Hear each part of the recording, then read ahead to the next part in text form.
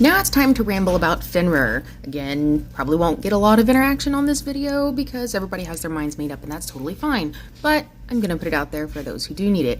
So Fenrir is, again, the child of Loki and Angrboda. He has pretty well depicted as far as like being a giant wolf who was chained up. First of all, I would like to point out that in the Eddas, he is very trusting of Tyr. I personally believe, and have had other people agree with this thought, is that because Tyr raised him, when they took him away from Loki and Angrboda, they raised him to keep an eye on him, and the only person brave enough to feed him was Tyr.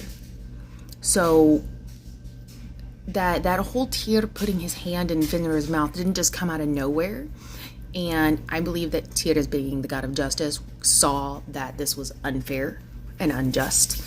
And that he may have, you know what, that's another topic for another day. But Fenrir, I believe as well, can shapeshift and turn into a human as well. Again, I have a lot of people who agree with that statement as well. I've also heard that Odin trapped him in his wolf form, which I haven't personally done research on, but that makes sense.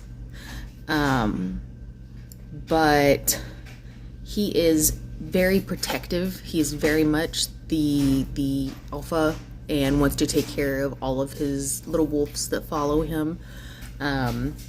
Something with working with Loki and his family is that they are all very family oriented and very protective of each other. So if you're working with Fenrir, you may have Jormungandr show up, Hel may show up, Loki may show up, Angrboda may show up, Sigyn, Narfi, Vali.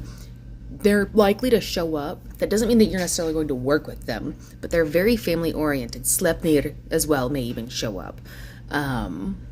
More or less as a, hey, because you're part of the family, hi, I'm here for you if you need you, bye, and then they'll leave. Fenrir is, again, not a mindless beast. He doesn't get as much hate as Jormungandr does. Everybody's like, oh, he's just mindless. Fenrir, people know that he is aware and able to communicate, but I think people sleep on the fact of how strong he really is, and the fact that he's the one who eats Odin in Ragnarok. But he's another one that has a soft side and has a very protective side. He's not all wrath and rage and anger. He's very much calm.